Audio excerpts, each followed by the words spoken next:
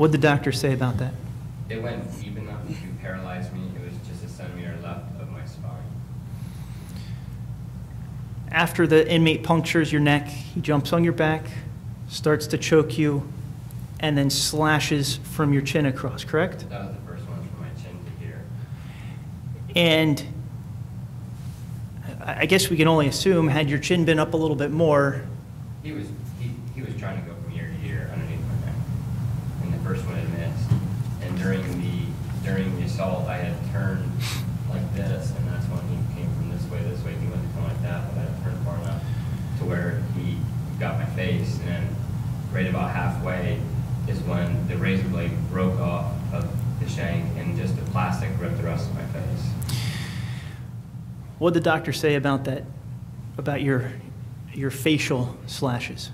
The one on my chin went down to the bone, and the ones on the side of my face the nerves are completely gone, they're damaged, or I have to take nerve medicine the rest of my life. You're here talking to us today, but I guess but for the grace of God, you're just kind of ugly today, right? Because your first one would have paralyzed you. The second one, had it been ear to ear, you would have bled out. And the third one looks like it started just below your eye, so he would have taken out your eye. How many stitches did it take to close your face up? External was 150 micro stitches. There was too many to count, they said.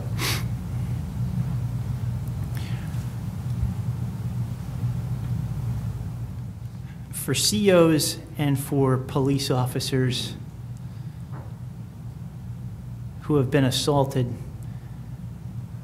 they talk about these instances in terms of a fight for your life. Yes, sir. Tell the panel what happened from the time that you got stabbed in the back of the neck until you got to the infirmary.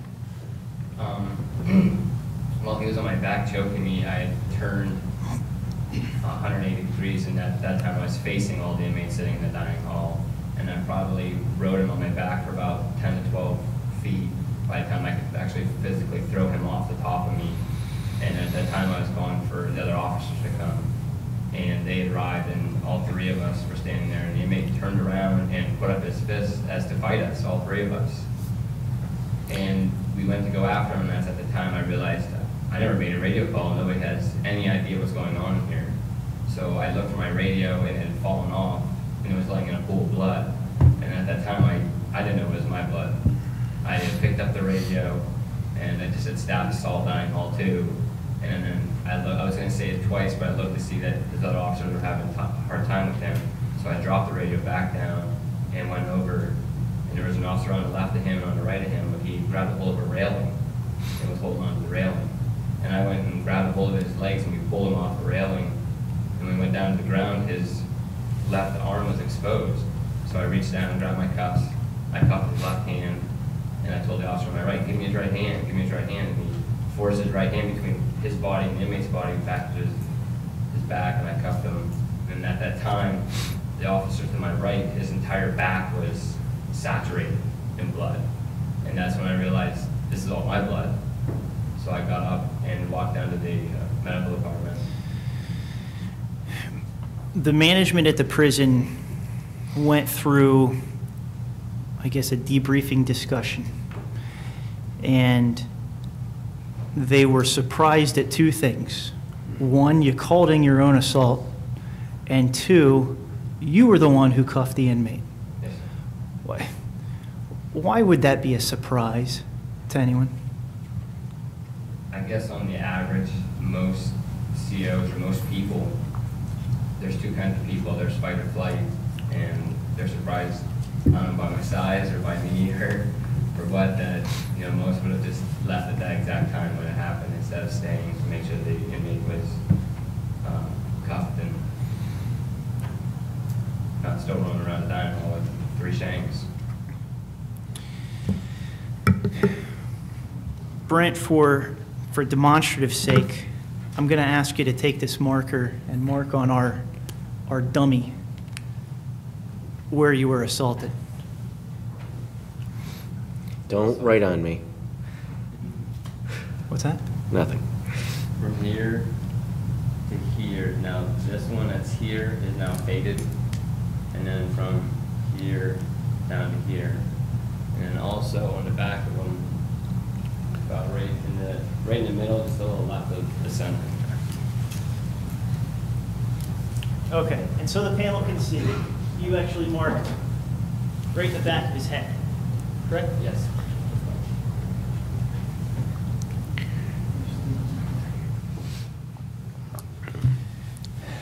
I see you didn't mark anything on the vest. No. You're not keeping anything from us, right? You were not assaulted anywhere near your vest, correct? Nowhere near it at all. Your vest was assaulted after this fact, correct? Yes, they cut it off of me Why? because they didn't know there was so much blood. They didn't know if I was bleeding, so they had cut my shirt off and cutting my vest off of me, and they didn't find anything. Brent, are you married? Yes, sir. Do you have children? Yes, sir. I have 3.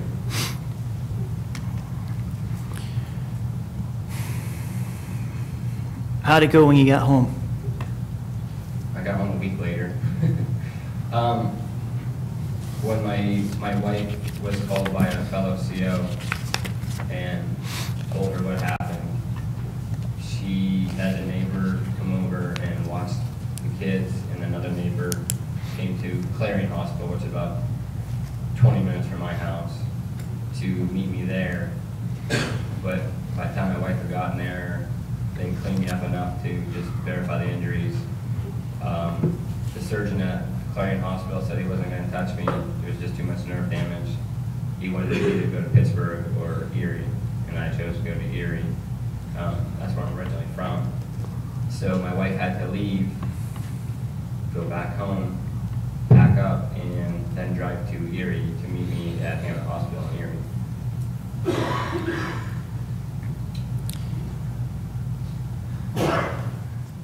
You got stable enough to go home. You and your wife are dealing with the emotional aspects of this assault. What kind of treatment did you get then after the fact? I started with one counselor, and this really wasn't her forte, pretty much is what she told me, that I needed to kind of find somebody else for this kind of therapy that I needed. So I went. Let me interrupt here. You went to go see a counselor. How did you choose a counselor? Oh, they just send you a list of a couple hundred. It depends on the radius that you want when you talk to comp services. Okay, so comp services that's provided through the DOC, they just send you a list of doctors and say, here, pick one. Yeah, there's no rhyme or reason to it. Where do you live? I live in Brookville. Where's that? Do you have many stop signs in Brookville? We have a couple. There's a red light town. Okay. It blinks at night. And the reason why I ask you that is, you live kind of in the middle of nowhere. Yeah, the jail's in the middle of nowhere. All the towns, the surrounding towns, with 25-mile radius around the jail are still in the middle of nowhere. So you might have a couple of family physicians that take care of you, but in terms of specialty folks dealing with mental issues, plastic surgery, traumatic injuries, you're going to travel and you need some guidance as to who to go to, correct? Yeah, the doctors that I randomly chose for plastic surgery and for the neurologist are in Greensburg, Pennsylvania, which is about 2 hours and some change away from my house. Okay, you said that the therapist wasn't cutting it. Yeah. Did you ultimately find somebody who could help? My third one I found. This lady came and she found me. She works with COs. She has an outpatient program in Colorado, and she contacted me and told me what happened, or I told her what happened, and she believed that EMDR would be the therapy that would best suit me. Okay, and EMDR for the panel is eye movement desensitization and reprocessing. But for lay folks like you, what is it? It's basically it's like hypnosis. I mean, it's not, but that's the best way I can describe it to you. Is I was hypnotized. And And what was the purpose of this hypnosis? To shuffle the memories of what happened to the back of my brain, put it in the back of the filing cabinet, to make it kind of like a childhood Christmas. You know, it's there, you remember it, but it's kind of fuzzy. There's not as much emotion attached to it. But for going through EMDR, would you be back at the job? No, I would not be there. Did your wife have to go through EMDR as well? Yes, my wife was reliving the moment of the phone call every day. She refused to answer the phone in the bedroom because that was the phone that she answered when she got the phone call. She couldn't manage very well, you know, having a hard time. So we chose through our insurance, our own insurance, for her to get it because workman's comp wouldn't cover my wife. Your wife doesn't work at the prison, correct? No. Your children don't work at your prison, correct? No. You certainly brought this assault home to them, though, did you not? Yes. You went back to work. Yes, I did. Why on earth, after nearly being paralyzed, potentially being blinded in one eye, and/or leaving the prison in a body bag, would you go back to that job? Well, it's my job. I did it for my family, for my kids. You know, I could have followed them. Sure, I probably could have stayed home the rest of my life. But that's not me. I've been working my entire life, and I have to support my family. If I would have stayed home, it would have been, you know, disability or something. I don't know. Or I'd go find another job. Thank you, Officer Thornton. Cross-examine. No questions. Thank you. Anything from the panel? Officer, how long were you out total? 11 months.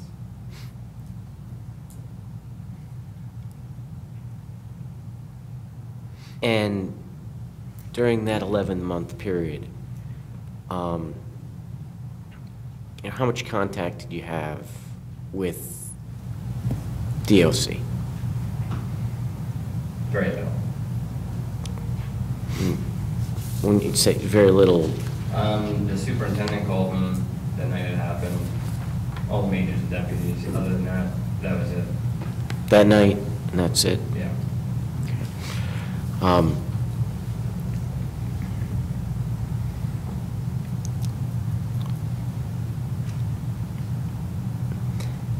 Were you surprised that if the inmate was going to assault you, and this guy just came out of nowhere, Yeah. were you surprised he went for your head? No. Why not? That's the only spot that's exposed to me, you know, or exposed on me. That's the target, you know. Especially when he's out to try and kill somebody. He's not gonna, even with the vest, if he was able to stab through that vest, you know, which they're gonna try and beat and kill you. They wanna make a mark so all their buddies know, so all their friends know that they did something. That's the place to go. I thank you so much for everything you've done. Thank you. Thank you very much, sir. Thank you, sir. All right, we're going to take a short break. We'll reconvene at 11 o'clock.